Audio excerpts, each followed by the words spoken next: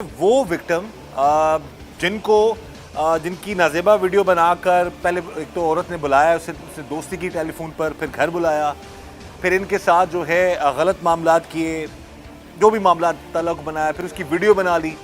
उसके बाद फिर वो ब्लैकमेल करती रही। इनका चेहरा, इनका नाम, इनके इलाके का नाम हम जाहिर नहीं करेंगे, लेकिन जो मामला है, हमारी कोशिश है कि लोगों को अवेयर कर सके कि ऐसे लोगों से, ऐसे गैंग से, ऐसी औरतों से जो ब्लैकमेल करती हैं, या खूबसूरत आवाज़ निकाल कर आपको कोई भी कॉल आती है अननोन नंबर से, फिर आपको कहा जाता है जी कि हम आपसे मिलना चाहते हैं, दोस्ती करना चाहते हैं, तो उसका अंजाम कितना भयानक हो सकता है। क्योंकि वो लोग वो वीडियो लेकर इनके घर तक पहुंच गए थे और इनके घर के बाहर से भी इनसे 50,000 रुपया लिया। उससे पहले जब इनको घेर लिया था उन लोगों ने, तभी 50,000 लिया। बहरहाल बात करते हैं कैसे ये इनके चुंगल में फंसे और किस तरह फिर ये पुलिस तक पहुंचे और इनका ये मामला हल हुआ है।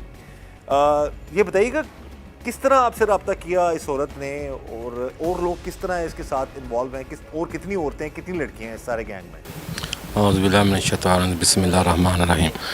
इन्हें ना जिस बंदे ने मेरा नंबर दिता ना, उनका नाम मनीर, उन्हें मैंने नंबर देता उस बीबी ਨੂੰ, और नंबर दे के उन्हें मैंने किया फोन। बीबी ने फोन किया था? बीबी फोन किया। अच्छा। बई 2-3 दिन फोन करती रही। उस तो बाद इन्हें कहा भी तुसी तो है ना मर्द जे, ਤੇ मैं आ गया। मैं ਹਾਂ ਵੀ ਨਹੀਂ ਤੁਹਾਡੀ ਗੱਲ ਤਾਂ ਸੁਣਨੀ ਚਾਹੀਦੀ। ਨਹੀਂ ਫੋਨ ਤੁਹਾਨੂੰ ਕਰਦੀ ਰਹੀ ਹੈ ਕਿ ਤੁਹਾਨੂੰ ਮਿਲੇ, ਤੁਸੀਂ ਮਿਲੋ ਉਹਨੂੰ? ਹਾਂ ਮੈਨੂੰ ਫੋਨ ਕੀਤਾ। ਤੁਸੀਂ ਜਾਣਦੇ ਨਹੀਂ ਸੀ ਉਸ ਵਕਤ? ਨਹੀਂ ਮੈਂ ਕੋਈ ਨਹੀਂ ਜਾਣਦਾ। ਤੇ ਕਿਸੇ ਨੇ ਨੰਬਰ ਤੁਹਾਡਾ ਦੇ ਦਿੱਤਾ ਉਹਨੂੰ? ਹਾਂ ਨੰਬਰ ਦੇ। ਤੁਸੀਂ ਆਪ ਸ਼ਾਦੀशुदा ਹੋ? ਹਾਂਜੀ। ਅੱਛਾ। ਤੇ ਜਦੋਂ ਮੈਂ ਗਿਆ ਨਾ, ਮੈਨੂੰ ਚਾਹ ਪਿਆਤੀ ਨੇ, ਤੇ ਚਾਹ ਦੇ ਵਿੱਚ ਕੋਈ ਨਸ਼ੇ ਵਾਲੀਆਂ ਗੋਲੀਆਂ ਪਾਈਆਂ ਨੇ, ਜਿਵੇਂ ਵੀ ਕਰਨਾ ਮੇਰੇ। ਔਰਤ ਨੇ ਤੁਹਾਨੂੰ ਫੋਨ ਕੀਤਾ, ਉਹਨੇ ਕਿਹਾ ਮੈਨੂੰ ਮਿਲੋ ਆ ਕੇ? ਹਾਂ ਮੈਨੂੰ ਮਿਲੋ। ਤੇ ਤੁਸੀਂ ਇੱਕ ਦੋ ਵਾਰੀ ਪਹਿਲਾਂ ਨਹੀਂ ਉਹਦੀ ਗੱਲ ਸੁਣੀ? ਨਹੀਂ ਮੈਂ ਨਹੀਂ ਪਹਿਲੇ 2-3 ਦਿਨ ਨਹੀਂ ਸੁਣੀ। ਫੋਨ ਤੇ ਕੀ ਗੱਲਾਂ ਕਰਦੀ ਸੀ ਤੁਹਾਡੇ ਨਾਲ? ਵੀ ਤੁਸੀਂ ਆਓ ਮੇਰੇ ਕੋਲ ਬੈਠੋ, ਮੈਨੂੰ ਮਿਲੋ ਇੱਕ ਵਾਰੀ, ਮੈਂ ਤੁਹਾਡੇ ਮਿਲਣਾ ਚਾਹਤੀ ਹੂੰ। ਤੁਸੀਂ ਇਹ ਨਹੀਂ ਪੁੱਛਿਆ ਕਿ ਨੰਬਰ ਕਿੱਥੋਂ ਆਇਆ ਤੇਰਾ? ਹਾਂ ਨੰਬਰ ਮੈਂ ਨਹੀਂ ਪੁੱਛਿਆ ਉਹਦੇ ਕੋਲ ਨੰਬਰ। ਆਵਾਜ਼ ਚੰਗੀ ਲੱਗੀ ਹੋਈ? ਆਵਾਜ਼ ਅੱਛੀ ਲੱਗੀ ਤੇ ਮੈਂ ਚਲਾ ਗਿਆ। ਅੱਛਾ। ਉਸ ਤੋਂ ਬਾਅਦ ਜਿਹੜਾ ਨਾ ਉਹਨੇ ਮੈਨੂੰ ਨਸ਼ੇ ਵਾਲੀਆਂ ਗੋਲੀਆਂ ਦਿੱਤੀਆਂ ਨੇ, ਮੇਰੇ ਕੱਪੜੇ ਉਤਾਰ ਕੇ ਮੇਰੀਆਂ ਤਸਵੀਰਾਂ ਬਣਾ ਲਈਆਂ ਨੇ, ਮੈਨੂੰ ਬਲੈਕਮੇਲ ਕਰਦੀ ਰਹੀ। 50-55 ਹਜ਼ਾਰ ਰੁਪਇਆ ਮੈਂ ਮੌਕੇ ਤੇ ਦਿੱਤਾ। ਉੱਥੇ ਤੁਹਾਨੂੰ ਨਸ਼ੇ ਵਾਲੀ ਚੀਜ਼ ਦਿੱਤੀ ਉਹਨੇ? ਹਾਂ ਨਸ਼ੇ ਵਾਲੀ। ਅੱਛਾ। ਉਸ ਤੋਂ ਬਾਅਦ ਜਿਹੜਾ ਨਾ ਉਹਦਾ ਤੁਹਾਡੀ ਵੀਡੀਓ ਵੀ ਬਣਾਈ ਉਹਨੇ? ਵੀਡੀਓ ਵੀ ਬਣਾ ਲਈ। ਕੱਲੀ ਔਰਤ ਸੀ ਨਾਲ ਹੋਰ? ਨਹੀਂ ਇੱਕ ਮਰਦ ਸੀ। ਇੱਕ ਹੋਰ ਮਰਦ ਸੀ? ਹਾਂ। ਉਹ ਬਾਅਦ ਵਿੱਚ ਉਹਨੇ ਕਿਧਰੇ ਛਾਪਾ ਮਾਰਿਆ ਤੁਹਾਡੇ ਉੱਤੇ? ਹਾਂ ਬਾਅਦ ਤੇ ਵੀਡੀਓ ਬਣਾ ਲਈ ਨਾ ਉਹਨੇ। ਅੱਛਾ। ਤੇ ਵੀਡੀਓ ਬਣਾ ਕੇ ਤੇ ਮੈਨੂੰ ਬਲੈਕਮੇਲ ਦੀ ਸ਼ੁਰੂ ਕਰ ਦਿੱਤੀ ਇਹਨਾਂ। ਫਿਰ ਮੇਰੇ ਘਰ ਤੱਕ ਪਹੁੰਚ ਗਿਆ। ਉੱਥੇ ਮੈਂ ਲੱਖ ਰੁਪਈਆ ਦਿੱਤਾ ਉਹਨੂੰ। ਮੈਂ ਕਿਹਾ ਵੀ ਚਲੋ ਲੱਖ ਰੁਪਈਆ ਮੇਰੀ ਜਾਨ ਛੁੱਟ ਜਾਏਗੀ। ਉਸ ਤੋਂ ਬਾਅਦ ਨਾ ਉਹ ਮੈਨੂੰ ਮਹਿਸੂਸ ਹੋਇਆ ਕਿ ਮੇਰੀ ਜਾਨ ਨਹੀਂ ਛੁੱਟੀ। ਫਿਰ ਮੈਂ ਪੱਟੀ ਸਾਹਿਬ ਕੋਲ ਆ ਗਿਆ। ਇੱਥੇ ਦਰਖਾਸਤ ਅਸਲ ਪੱਟੀ ਜੀ SHO ਸਾਹਿਬ ਪੱਤੋ ਕੀ? ਅੱਛਾ ਪੱਤੋ ਕੀ। ਫਿਰ ਉਹਨੂੰ ਜਾ ਕੇ ਦੱਸਿਆ, ਉਹਨਾਂ ਰੇਟ ਕੀਤਾ, ਰੇਟ ਕਰਕੇ ਫੜ ਕੇ ਲਿਆ ਕੇ ਉਹਨਾਂ ਅੰਦਰ ਬਾਤ। ਕਿੰਨੀ ਵਾਰੀ ਮਿਲਣ ਗਿਆ ਸੂਰਤ में? ਇੱਕ ਵਾਰੀ ਬਸ। पहली बारी गए? पहली बार। इस वक्त जी टीम जुर्म में नकाब मौजूद है थाना सिटी पत्तोकी में। हम बात करेंगे SHO असलम भट्टी साहब से, एक ऐसे गैंग के हवाले से जिसमें एक औरत गैर मर्दों से पहले रब्ता करती थी, फिर टेलीफोन से के ज़रिए उनसे बात होती, फिर उनको अपनी मर्ज़ी से बुलाती, उनके साथ ताल्लुकात कायम करती, और उसके बाद फिर उन लोगों को ब्लैकमेल किया जाता, हत्ता कि उनकी मुबैना तौर पर वीडियोज़ भी बनाई जाती थी। इसी वाले से हम बात करेंगे असलम भट्टी साहब से कि क्या मामला था, गैंग किस तरीके से काम करता था, और कितने लोग जो विक्टिम बने। लेकिन अपने इस प्रोग्राम में हम ना किसी विक्टिम का चेहरा दिखाएंगे, ना किसी का नाम लेंगे। जी असलम साहब बताइएगा सारा मामला था क्या, आप तक कैसे बात पहुंची, किस तरह से आपने इस केस को सॉर्ट आउट किया? बिस्मिल्लाहिर्रहमानिर्रहीम। जी मेरी तैनाती से पहले यहाँ पत्तोकी में औरतों के ज़रिए मर्दों को ट्रैप करने की काफ़ी बदनाम किस्म की स्टोरियाँ जो सुनने को मिल रही थी, और DPO साहब ने मुझे इधर पॉइंट किया और इस चीज़ की खसूसी हदायत की कि इस काम को आपने रोकना है, इसको कंट्रोल करना है, इसके ख़िलाफ़ कार्रवाई करनी है। तो इस वकूए से कबल भी मैंने काफ़ी कार्रवाइयाँ की हैं। इधर 2-3 गैंग हमने बस्ट किए हैं जो औरतों की मदद से मर्दों को पहले ट्रैप करते थे बजरिया फ़ोन, फिर उनको बुलाते थे अपने घर पे या अपना जो भी एक मखसूस मकाम होता था वहाँ पे, वो उस मर्द के साथ औरत का एक रिलेशन जो डेवलप करने के बाद एक बंदा जो फ़ौरन ऊपर आ जाता, वीडियो बनाता, और उस वीडियो की मदद से उस बंदे को ब्लैकमेल करके तो उससे रकम भारी मिकदार में लाखों में उससे हथियाई जाती, और ये एक ब्लैकमेलिंग का एक ना ख़त्म होने वाला सिलसिला जारी था। अच्छा, ये जैसे आप बता रहे पहले भी ये सिलसिला हो रहा था मुख्तलिफ जगहों पे। इसमें ये होता कि औरत अपनी मर्जी से मर्द को घर बुलाती थी, मर्जी से उसके साथ नाजायज ताल्लुकात बनाती थी। जी जी। और उसकी वीडियो बना ली जाती, फिर उसके बाद लोगों को ब्लैकमेल किया जाता था। बिल्कुल ऐसे, ये एक हनी ट्रैप की एक कह लें कि एक किस्म थी। और यहाँ पे मल्टीपल गैंग्स जो थे वो एक वक्त में को 3-4 किस्म के गैंग से वो ऑपरेशनल थे। यानी ऐसी औरतें और उनके साथ मर्द मिले हुए थे जो कि आम लोगों को जो लोग उनको फंसा के अपने घर तक बुलाते थे। बिल्कुल, बंदे को टारगेट किया जाता था, उसकी सारी मालूमात ली जाती थी, उसका मोबाइल नंबर हासिल किया जाता था, उससे बजरिया फ़ोन रब्ता किया जाता था और फिर उसको औरत जो होती थी वो ग्रेजुअली उसके साथ एक ताल्लुक़ डेवलप करती थी। फ़ोन पे रब्ता जो उसका बहाल करती थी उसके साथ, वो उसको बाद में ट्रैप करके वो अपने इधर पत्तोकी में बुलाया जाता था। मखसूस मकाम इन्होंने किराए पे इधर मकान लिए हुए थे, वहाँ पे और उस मर्द और औरत का आपस में एक वो ताल्लुक़ जो है जेन्युइन वो बना के उसके बाद वो मेडिकल का या पुलिस कार्रवाई का बहाना बना के उस वीडियो के ज़रिए उसको ब्लैकमेल करते थे और उससे लाखों रुपये हथियाए जाते थे। हमारे माशरे में जो रोज़ रोज़ क्राइम की नई नई सूरतें सामने आ रही है उसमें से ये भी एक हीनियस ऑफेंस है जो ज़िला कसूर में रूनुमा हुआ। इसमें ख़वातीन और मर्दों ने गैंग बना रखा था। जो ख़वातीन टेलीफोन के ऊपर, सोशल मीडिया के ऊपर जो आजकल टूल्स हैं फेसबुक, टिकटॉक, इंस्टा दीगर, उसके ऊपर लड़कों से मर्दों से दोस्ती बनाती थी। दोस्ती बनाकर उनसे चैट शुरू हो जाती थी। चैट शुरू होकर फिर उन्हें अपने ट्रैप में वर्गला कर फुसला कर अपने पास बुला लिया और फिर शादी के झांसे में या जिस भी तल्लक में उनसे जिनसी तल्लक कायम कर लिया।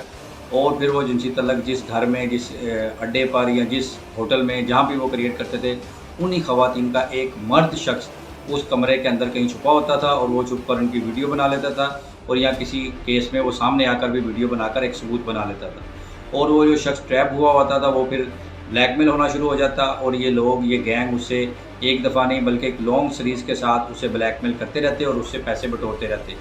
तो ये सिलसिला कब से जारी था? अब ये जराइम पेशा लोग, ये गैंग जो सा पुलिस के कटहरे में है और पुलिस जो इस पर इन्वेस्टिगेशन कर रही है और उन्होंने बहुत से इंकशाफात किए हैं और इसमें जो मुद्दई फरीक है इन्होंने बहुत हौसले से, ज़रूरतमंदी से इसके ऊपर FIR दर्ज करवाई है और उसमें बारिश का पहला कतरा बने हैं क्योंकि बहुत से ऐसे लोग थे जो डरते थे अपनी इज़्ज़त की खातिर कि वो ट्रैप हो चुके हुए हैं और वो अपनी नफसानी हफ़्ज़ की खातिर इस जंगल में फंस गए हैं। अब उनके बीवी बच्चे क्या कहेंगे अगर उन्होंने कानूनी एक्शन लिया, उसके रिश्तेदार क्या कहेंगे, दोस्त अब आप कहेंगे। तो इसलिए ये गैंग दीदा दिलेरी से जराइम करता जा रहा था। मगर इस शख्स ने जिसने ये कदम उठाया है इसे हमें एक हद तक अप्रिशिएट भी करना चाहिए कि इसने अपनी इज़्ज़त को भी जो उनसे है पसे पुश रख कर और लोगों को इस जराइम से बचाने की खातिर कदम उठाया है। इसे हम अप्रिशिएट करते हैं और लॉ इन्फोर्समेंट एजेंसी पुलिस जो बड़ी ज़ीरक अंदाजी से इसमें इन्वेस्टिगेशन कर रही है और इनसे इंकशाफात कराकर और जो इन्होंने इतने लोगों को ट्रैप किया, लाखों रुपया इनसे बटोरा, वो सारा रिकवरी के ज़ुमरे में सामने लेकर आ रहे हैं।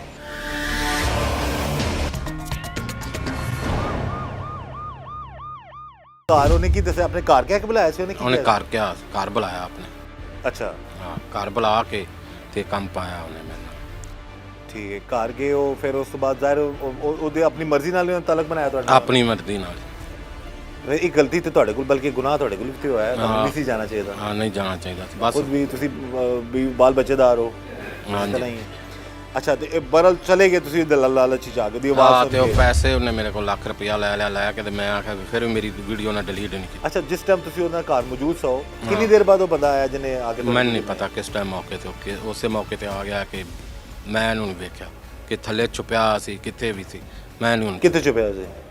ਕਿੱਥੇ ਵੀ ਹੈਗਾ ਸੀ ਮੈਨੂੰ ਨਹੀਂ ਪਤਾ ਸੀ ਉਹ ਕਿੱਥੇ ਬੈਠਾ ਕਿੱਥੇ ਲੁੱਕ ਕੇ ਨਹੀਂ ਬੈਠਾ। ਅੱਛਾ, ਹਾਂਜੀ। ਉਹਨੇ ਫਿਰ ਉਸ ਟਾਈਮ ਤੁਹਾਨੂੰ ਕਿਹਾ ਜੀ ਤੂੰ ਕੀ ਕਰਨਾ ਆਇਆ ਇੱਥੇ ਸਾਡੇ ਘਰ? ਆ ਵੀਡੀਓ ਬਣਾ ਕੇ ਤੇ ਬੜੀਆਂ ਧਮਕੀਆਂ ਸ਼ੰਕੀਆਂ ਲਾਈਆਂ। ਹਾਂ, ਪੁਲਿਸ ਨੂੰ ਫੜਾਣੇ ਮੈਂ ਇਹਨੂੰ ਲੈ ਤੁਹਾਨੂੰ ਪੁਲਿਸ ਨੂੰ ਦੇਣੇ ਆ। अच्छा, मेडिकल का भी अब देखिए नाज़रीन होता क्या है, ये औरतें ट्रैप करती हैं, दोस्ती हो जाती है। जो लोग इनके झांसे में नहीं आते, ये कह रहे हैं जी, शख्स बता रहे हैं कि इन्होंने कहा 2-3 दफ़ा इन्होंने इग्नोर किया लेकिन वो नहीं माने, ताने देना शुरू होगी कि जी मैं औरत हूँ, मैं तुम्हें बुला रही हूँ, मेरे पास आओ, तुम नामर्द हो या तुम मिलने नहीं आते मुझे, वॉट जो भी मामला जो भी था, किसी भी तरीके से ये शख्स उनके घर चले गए। जब ये घर जाते हैं तो वहाँ पर औरत की ही मर्ज़ी से सारे गलत ताल्लुकात बनते हैं। औरत की मर्ज़ी से ही वहाँ पर जो भी गलत किस्म की सिचुएशन हो रही होती है वो हो रही होती है। उसकी दौरान कोई ना कोई शख्स या तो कोई कमरे में छुपा होता है या बाहर से आके वीडियो बनाता है। वो जब वीडियो वो शख्स बना लेता है उसके बाद फिर उस शख्स ने आके इनको डराया धमकाया, वो तुम्हें पुलिस में दे देंगे और फिर मेडिकल करवाएंगे। और मेडिकल डेफिनेटली अगर मेडिकल होगा वो औरत के कि मेरे साथ ज्यादती हुई है तो वो तो उसकी रजामंदी से सारे मामलात हुए हैं और मेडिकल में डेफिनेटली प्रूव हो जाएगा इस शख्स ने उस औरत के साथ ज्यादती की है। तो फिर इस डर से लोग ज़्यादा डरते हैं इस सारे मामले से, इस तरह की सिचुएशन में फंस के लोग फिर उनकी हर बात माने चले जाते हैं। और इस शख्स ने लाख 1.5 लाख रुपए उनको दिया, उसके बावजूद वो लोग बाज नहीं आए।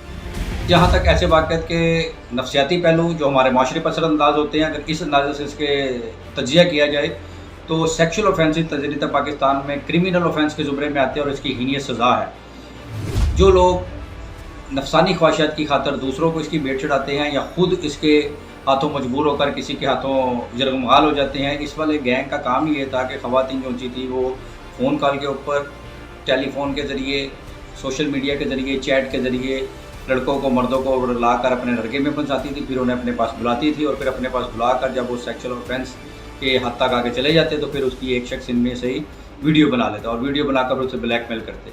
अब दोनों फरीक इस वक्त पुलिस की इन्वेस्टिगेशन के मतहत हैं, मुल्ज़मान को गिरफ़्तार कर लिया गया हुआ। बाकी इनके अभी जो मुल्ज़मान गिरफ़्तार होने हैं उनके ऊपर पुलिस इन्वेस्टिगेट कर रही है और उन्हें भी कानून के कटहरे में लेकर आ रही है।